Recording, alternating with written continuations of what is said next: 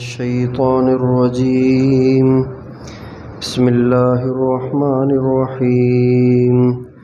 وإذ قلنا للملائكة اسجدوا لآدم فسجدوا إلا إبليس كان من الجن ففسق عن أمر ربه أفتتخذونه وذريته أولياء من دوني وهم لكم عدو بئس للظالمين بدلا ما أشهدتهم خلق السماوات والأرض ولا خلق أنفسهم وما كنت متخذ المضلين عضدا ويوم يقول نادوا شركائي الذين زعمتم فدعوهم فلم يستجيبوا لهم وجعلنا بينهم موبقا ورأى المجرمون النار فظنوا أنهم مواقعوها ولم يجدوا عنها مصرفا۔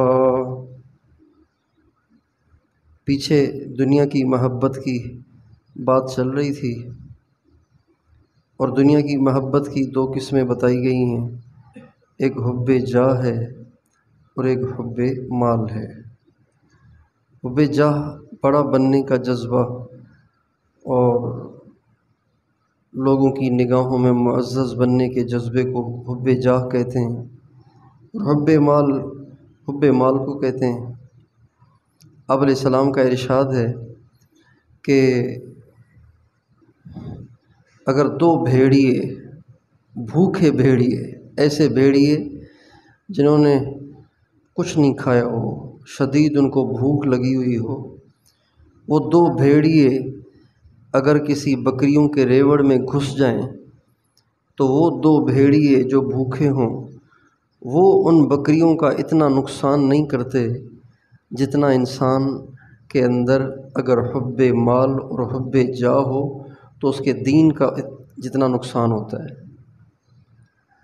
یعنی وہ بھوکے بھیڑیے بکریوں کا اتنا نقصان نہیں کرتے جتنا کہ حب مال اور حب جاہ سے انسان کے دین کا نقصان ہو جاتا ہے۔ اس لیے بہت بری بیماریاں ہیں، اس سے نجات ضروری ہے۔ اللہ تعالیٰ نے حب جاہ کا علاج بتا دیا کہ دنیا کی حقیقت پہ غور کیا جائے، اور حب مال کا بھی بتا دیا کہ یہ بھی بس دنیا کا دکھاوا ہے، باقی ساتھ رہنے والی چیزیں تو نیک اعمال ہیں۔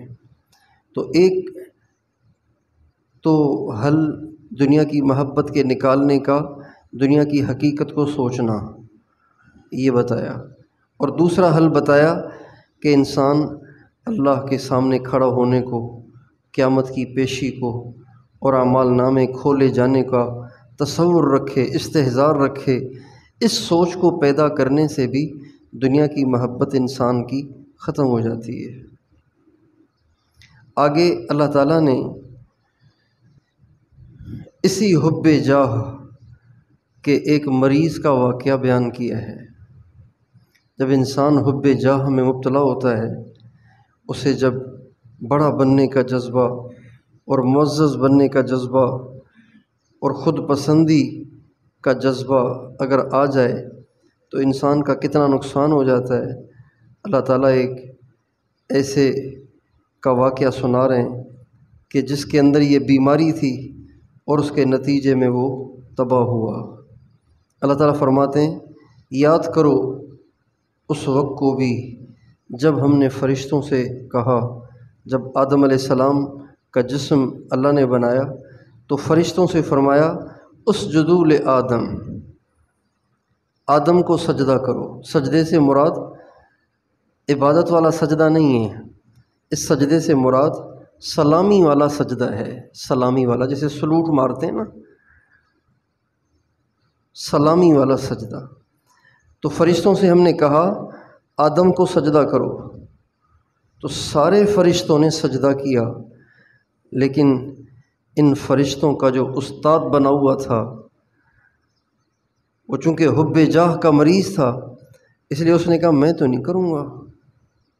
الا ابلیس، ابلیس اس وقت اکڑ گیا اور اس نے انکار کر دیا، اور کیوں نہ کرتا، کان من الجن، جن میں سے تھا، فرشتوں میں سے تھوڑی تھا۔ فرشتوں میں یہ فطرت ہے کہ وہ کبھی نافرمانی نہیں کرتے، لا یعصون اللہ ما امرہم ویفعلون ما یؤمرون، اللہ تعالیٰ جو کہتے ہیں وہ کرتے ہیں، کبھی بھی اللہ کی نافرمانی نہیں کرتے، ان کی فطرت میں ہی نافرمانی نہیں ہے۔ اور جو جنات ہیں ان کی طبیعت میں سرکشی ہے، نافرمانی ہے، آزادی ہے، وہ کسی کے پابند بن کر رہنا نہیں چاہتے۔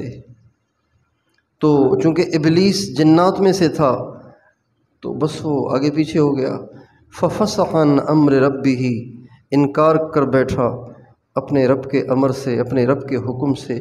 آگے اللہ تعالیٰ فرماتے ہیں افتتخذونہ وذریتہ اولیاء من دونی، کیا تم اس شیطان اور اس کی ذریت کو اپنا دوست بناتے ہو مجھے چھوڑ کے؟ کچھ تو خیال کرو۔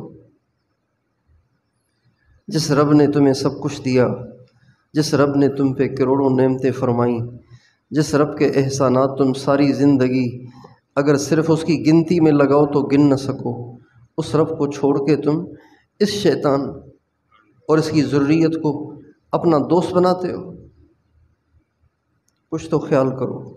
وَهُمْ لَكُمْ عَدُوٌّ، حالانکہ یہ تمہارے دشمن ہیں۔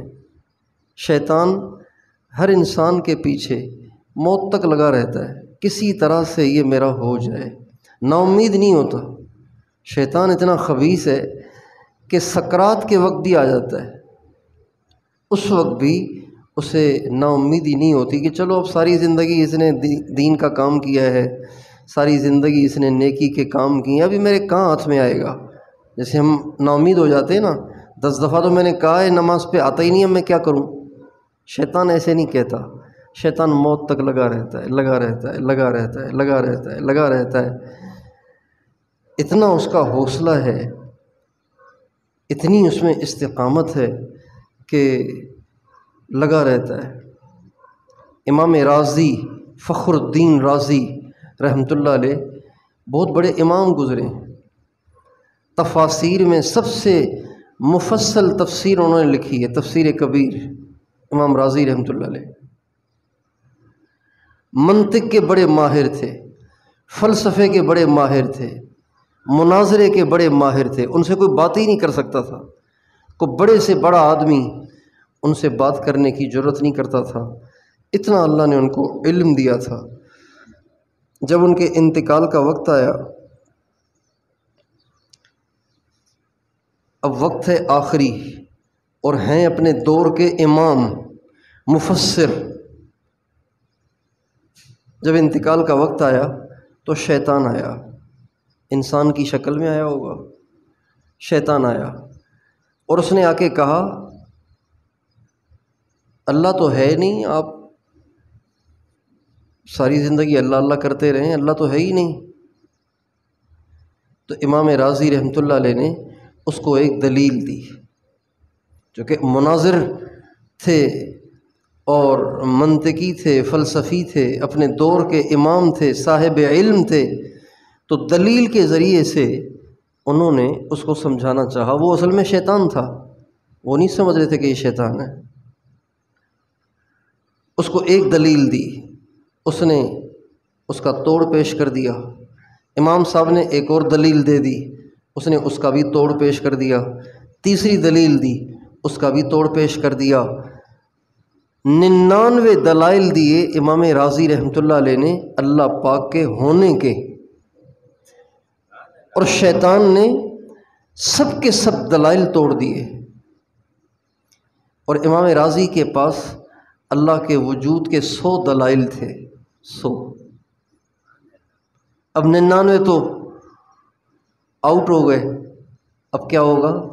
اب ایک دلیل رہ گئی۔ اللہ تعالیٰ جب کسی کا بھلا چاہتے ہیں تو اس کے لیے ضرور سبیل نکالتے ہیں۔ امام رازی کی نیکی اللہ کے ہاں پسند تھی، ان کا انتخاب تھا، ایمان پہ دنیا سے جانا ان کا مقدر تھا۔ چنانچہ اللہ تعالیٰ نے ان کے جو شیخ تھے نا، ان کے جو شیخ تھے، مرشد تھے، ان کا نام تھا شیخ نجم الدین کبریٰ رحمۃ اللہ علیہ۔ بہت بڑے اللہ والے تھے۔ ہمارے ہاں اب وہ سلسلہ رہا نہیں ہے، پہلے ایک سلسلہ تھا، سلسلہ کبرویہ، جیسے چشتیہ، قادریہ، نقشبندیہ، سہروردیہ، ایسے ایک سلسلہ تھا کبرویہ۔ ہمارے جو حضرات ہیں، حضرت مولانا قاسم صاحب، حضرت مولانا رشید احمد گنگوہی، حضرت مولانا زکریا صاحب، حضرت شیخ الہند، حضرت مدنی، حضرت تھانوی، یہ سارے کے سارے سلسلہ کبرویہ میں بھی بیعت تھے۔ تو شیخ نجم الدین کبرا ان کے شیخ تھے، اللہ تعالیٰ نے ان پہ کھول دیا کہ آپ کا مرید موت کے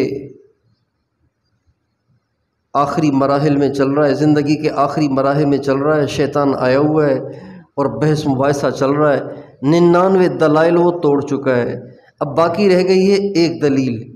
تو اللہ کی شان، اس وقت حضرت خواجہ نجم الدین کبرا رحمۃ اللہ علیہ وضو کر رہے تھے، لوٹے سے وضو کر رہے تھے، انہوں نے اس لوٹے کو اٹھایا اور اسے دیوار پہ زور سے مارا،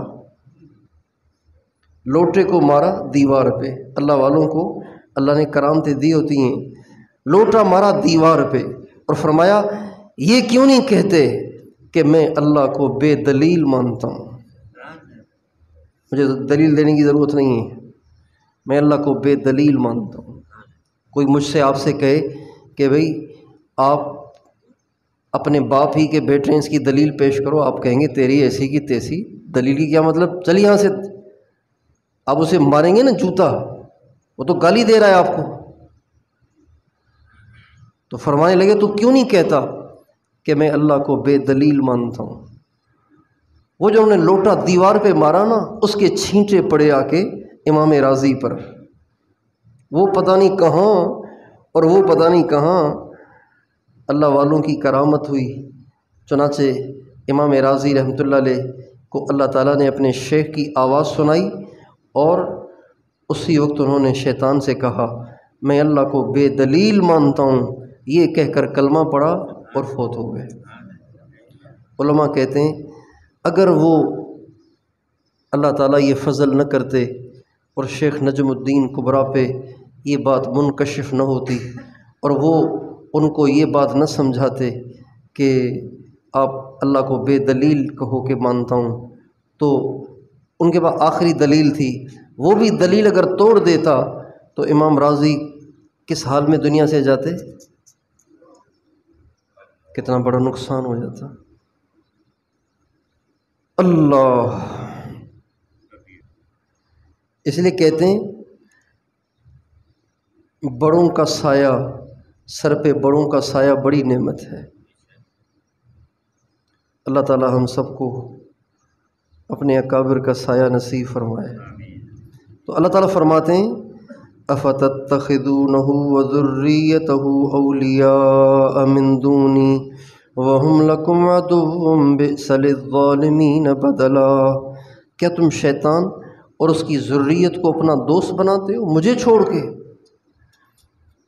وہم لکم عدو، حالانکہ وہ تمہارے دشمن ہیں، بئس للظالمین بدلا، ظالموں نے مجھے چھوڑ کے کتنا برا بدل اختیار کیا ہے، ظالموں نے مجھے چھوڑ کے میرے بدلے میں کتنے برے دوست کا انتخاب کیا ہے۔ شیخ سعدی رحمۃ اللہ علیہ فرماتے ہیں بقول دشمن پیمان دوست بشکستی، ببیں باکے بریدی باکے پیوستی، تو نے دشمن کے کہنے پر دوست کی دوستی توڑ دی، دیکھ تو صحیح تم نے کس سے جوڑا ہے کس سے توڑا ہے۔ اس لیے شیطان سے دشمنی ہی رکھنی چاہیے، شیطان کو ہمیشہ اپنا دشمن سمجھنا چاہیے اور اس سے دشمنی ہی کرنی چاہیے۔ امام احمد بن حنبل رحمۃ اللہ علیہ کا جب انتقال کا وقت آیا تو ان پر بے ہوشی تھی، بار بار جب ہوش آتا تو فرماتے نہیں ابھی نہیں ابھی نہیں، پھر بے ہوشی، پھر ہوش، پھر فرماتے ابھی نہیں ابھی نہیں۔ تو جب ابھی نہیں فرما رہے تھے تو بیٹے عبداللہ نے کہا ابو آپ ابھی نہیں کہہ رہے ہیں، کیا مطلب؟ تو فرماتے ہیں بیٹا میں جو ہی بے ہوش ہوتا ہوں نا تو شیطان آ جاتا ہے کم بخت، اور کہتا ہے احمد تو میرے ہاتھ سے نکل گیا۔ تو میں کہتا ہوں نہیں، ابھی نہیں نکلا ہوں، جب تک جان میں جان ہے تب تک میں تجھ سے بے فکر نہیں ہوں، تو کسی وقت بھی مجھے بھٹکا سکتا ہے۔ تو اب یہ شیطان ایسا کیوں ہوا؟ یہ حب جاہ کی وجہ سے۔ حب جاہ اتنا برا مرض ہے کہ اس کو شیطان بنا دیتا ہے۔ اللہ تعالی ہم سب کی اس مرض سے نجات۔ اچھا، اس آیت سے پتہ چلتا ہے کہ شیطان کی ذریت بھی ہے، شیطان کی اولاد بھی ہے، اور واقعی شیطان کی اولاد ہے۔ بعض علماء فرماتے ہیں کہ ذریت سے مراد یہاں اس کے کارندے ہیں، اس کے کارکن ہیں، لیکن صحیح بات یہ ہے کہ شیطان کی بے شک ذریت ہے۔ ایک حدیث میں آتا ہے، حضرت سلمان فارسی رضی اللہ تعالیٰ عنہ سے آپ علیہ السلام نے فرمایا، سلمان کبھی بھی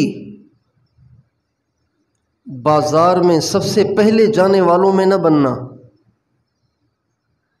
جو سب سے پہلے بازار پہنچ جاتے ہیں ان میں سے نہ بننا، اور نہ ہی ان میں سے بننا جو سب سے آخر میں بازار سے نکلتے ہیں۔ سب سے پہلے جاتے ہیں، سب سے آخر میں نکلتے ہیں، ان لوگوں میں سے نہ بننا، اس لیے کہ شیطان نے اپنے انڈے بچے دیے ہوئے ہیں بازاروں میں۔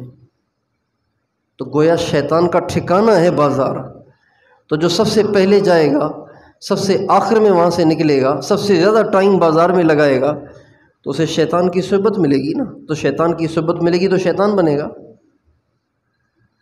تو اس سے پتہ چلتا ہے کہ شیطان کی ذریت بھی ہے، اس کے بچے بھی ہوتے ہیں، انڈے بھی ہوتے ہیں۔ اللہ تعالیٰ فرماتے ہیں، ما اشہدتہم خلق السماوات والارض ولا خلق انفسہم وما کنت متخذ المضلین عضدا۔ اللہ تعالیٰ فرماتے ہیں، جن کو تم مجھے چھوڑ کے اپنا دوست بناتے ہو، اپنا مددگار بناتے ہو، تو جب میں نے زمین آسمان کو بنایا تو میں نے ان کو اس وقت اپنے ساتھ ملایا تو نہیں تھا، ان کو بلا کے وہاں حاضر تو نہیں کیا مشورے کے لیے یا معاونت کے لیے۔ تو زمین آسمان کو بنانے میں یہ میرے شریک نہیں ہیں، اور نہ ہی ان کو خود کو بنانے میں یہ میرے شریک ہیں، تو پھر تم ان کو کیسے دوست بنا دیتے ہو، کیسے ان کو اپنا مددگار بنا دیتے ہو مجھے چھوڑ کے؟ وما کنت متخذ المضلین عضدا، اور بھلا یہ ہو بھی کیسے سکتا ہے کہ میں ان گمراہ کرنے والے شیاطین کو اپنا مددگار بناؤں زمین آسمان کے بنانے میں یا کسی اور چیز کے بنانے میں؟ اور جو لوگ شیاطین کو اور اللہ کے غیر کو اپنا دوست اور مددگار بناتے ہیں، اللہ تعالیٰ قیامت کے دن ان کو کہیں گے، نادو شرکائی، بلاؤ میرے شریکوں کو جن کو تم مجھے چھوڑ کے اپنا مددگار بناتے تھے، بلاؤ نا ان کو جن کو تم سمجھتے تھے کہ یہ بڑے ایسے ویسے ہیں اور یہ بڑے طاقتور ہیں۔ فدعوہم، چنانچہ وہ ان کو بلائیں گے، فلم یستجیبوا لہم، اور وہ ان کے بلانے پہ آ نہیں سکیں گے، ان کا جواب نہیں دے سکیں گے۔ وجعلنا بینہم موبقا، ہم ان کے درمیان آڑ کھڑی کر دیں گے۔ ورأى المجرمون النار فظنوا انہم مواقعوها، مجرمین قیامت کے دن جہنم کو دیکھیں گے تو ان کو یقین ہو جائے گا کہ اب تو اسی میں جانا ہے۔ ولم یجدوا عنہا مصرفا، اور جہنم سے بچنے کی کوئی ان کو سبیل نظر نہیں آئے گی، اس لیے کہ جہنم سے بچنے کی سبیل تو یہاں بنانی ہے نا، وہاں تو نہیں بنے گی۔ اللہ تعالی ہم سب کو شیطان کی دوستی سے، اس کی ذریت کی دوستی سے، شیطان اور اس کی ذریت کی اطاعت سے محفوظ رکھے۔